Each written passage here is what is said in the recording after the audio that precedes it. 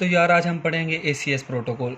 अब अगर हमारे पास ईयर में पेशेंट आया ना, उसकी हमने ECG की है, ECG पे हमें स्टेमी या एनस्टेमी मिल गया है, वो तो हम देखेंगे। हम आपको देखने से पता चल जाएगा कि ECG पे चेंजेस आ गई हैं, स्टेमी या नॉन स्टेमी वो आ गई। अब हमने उसको जो मेडिसिन फ़ौरन इमरजेंसी में देनी है उसे कहते हैं ACS protocol, acute coronary syndrome protocol.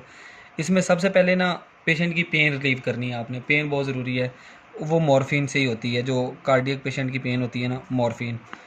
Keynes आता है हमारे पास, नेल्बिन, ये दे दो, ठीक है। किन से फ़ौरन उसकी पेन ना रिलीव हो जाएगी। पेन में वही लेफ्ट साइड चेस्ट पेन जो होती है। हाँ, क्योंकि वो पेन हो रही है, उसमें सिंपैथिक सिस्टम ओवर एक्टिव है, तो हार्ट की एक्टिविटी ज़्यादा है, वो रिलीव करना बहुत ज़रूरी है। किन्स दे दो। किन्स दे दो, किन्स मैक्सनोन दे दो, क्योंकि वो वॉमिटिंग करता है, ठीक है। उसके साथ आपने ऑक्सीजन पेशेंट को अटैच करनी है। अगर उसकी सैचुरेशन कम है तो नहीं है तो इसकी कोई ज़रूरत नहीं है।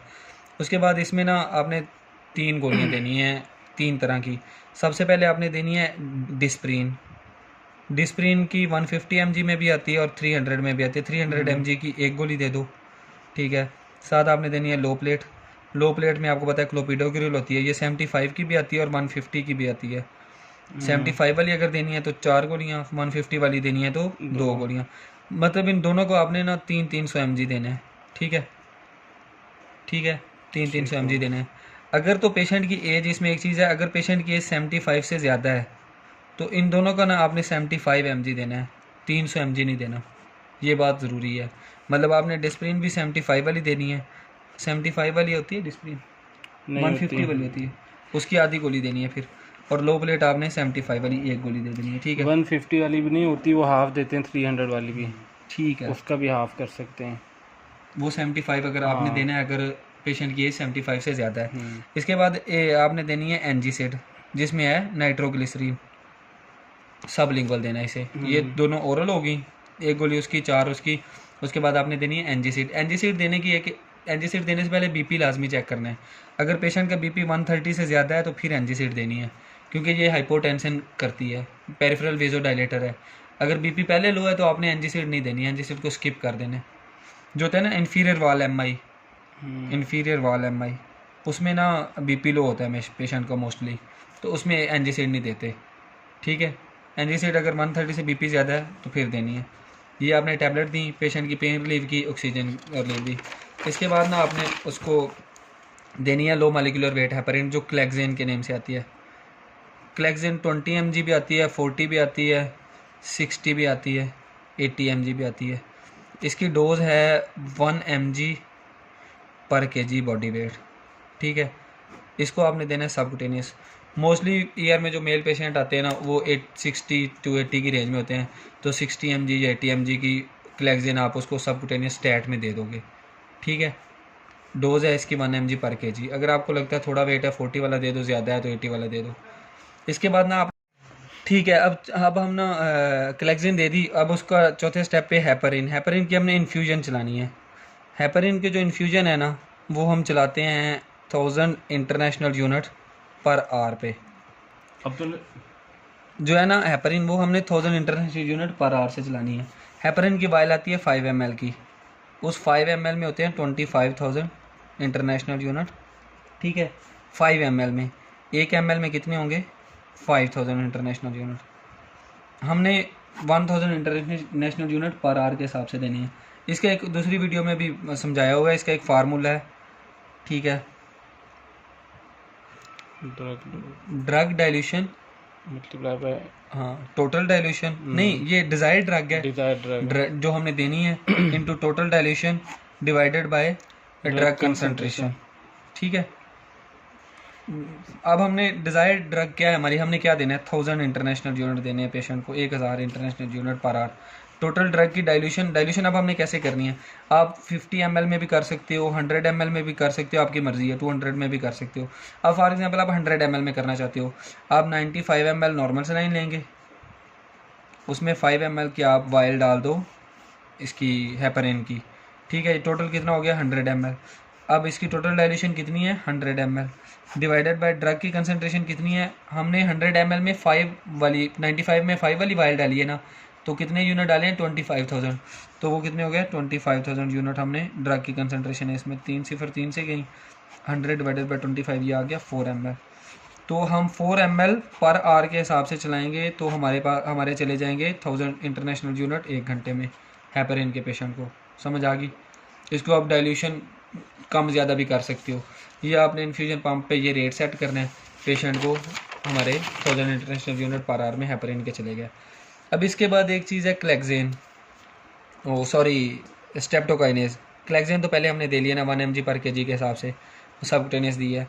स्ट्रेप्टोकाइनेज जो है ना, ये हमने हमेशा देनी है स्टेमी में, जब ST segment elevating myocardial infection हो। एनस्टेमी में स्ट्रेप्टोकाइनेज नहीं देते, ठीक है, क्योंकि इसमें फुल ब्लॉकेज है तो हम चाहते हैं थ्रम्बस टूट जाए। एनस्टेमी में पार्शियल ऑब्स्ट्रक्शन होती है तो हम थ्रम्बस को तोड़ना नहीं चाहते, वो तोड़ के आगे जाके स्मॉल वेसल में भी ऑब्स्ट्रक्शन करेगा तो मसला होगा। स्टेमी में इसको देते हैं। जो इसका होता है ना, इसकी इंजेक्शन जो होता है ना, उसमें 1.5 मिलियन इंटरनेशनल यूनिट होते हैं, और अडल्ट में हम यही देते हैं 1.5 मिलियन इंटरनेशनल यूनिट। इसकी जो होगा ना इंजेक्शन 1.5 मिलियन इंटरनेशनल यूनिट, उसको हमने 60 मिनट में देना है पेशेंट को ऑलमोस्ट। वो उसका जो पहला हाफ है, फर्स्ट हाफ जो है उसको हमने 20 मिनट में देना है। जो सेकंड हाफ है ना, उसको हमने 40 मिनट में देना है। अब एसके देते वक्त ना आपने 2-3 चीज़ें देखनी है। एसके की सक्सेस का आपको कैसे पता चलता है कि जब जो हम स्ट्रेप्टोकाइनेज दे रहे हैं वो सक्सेसफुल हो रहा है, पेशेंट को उससे फ़ायदा हो रहा है कि नहीं। इसके दौरान हम चेस्ट लीड लगा के उसको मोनीटर करते हैं, ठीक है। इसमें 2-3 चीज़ें होती हैं जिससे आपको पता चलता है कि एसके सक्सेसफुल है। पेशेंट को हम स्ट्रेप्टोकाइनेज जो दे रहे हैं उसने थ्रम्बस को तोड़ दिया है। फर्स्ट तो पेशेंट क्या है, चेस्ट पेन उसकी रिजॉल्व हो गई है। पेशेंट हमारे पास जो आया जिसके हमने ECG किया, चेस्ट पेन, जाहिर बात है उसको है तो आया ना हमारे पास, तो उसकी चेस्ट पेन रिजॉल्व होना स्टार्ट हो जाएगी। इसका मतलब है कि एसके जो हम दे रहे हैं वो सक्सेसफुल है। दूसरी जो बात है, जो स्टार्ट में हमने ECG किया है ना, उसके 1 घंटे बाद हम ECG रिपीट करेंगे एसके देने के बाद ना, जो उस पर स्टेमिक ST सेगमेंट एलिवेशन है ना वो हाफ हो जाएगी। For example more than 2 small boxes जो स्टेमी हो वो सिग्निफिकेंस होती है, मतलब 2 स्मॉल बॉक्सेस ज़्यादा हो तो हम उसको स्टेमी कहते हैं ना। फॉर एग्जांपल पहले 4 स्मॉल बॉक्स थी, उसकी एलिवेशन ST सेगमेंट की जो इतनी एलिवेशन थी वो पहले से हाफ हो जाएगी। अब जो ECG करेंगे उस पर जो फर्स्ट ECG पे स्टेमी थी वो पहले से हाफ हो जाएगी। ST सेगमेंट एलिवेशन जो है हाफ हो जाएगी फर्स्ट ECG से, जो हमने फर्स्ट ECG की है। ये भी शो करता है कि जो हमारी SK हम दे रहे हैं, स्ट्रेप्टोकाइनेज दे रहे हैं, उसका सक्सेसफुल है। और इसी दौरान जब हम SK दे रहे होते हैं, हमने पेशेंट को चेस्ट लीड्स लगाई होती हैं, कंटिन्यूस ECG की मॉनिटरिंग हम कर रहे होते हैं।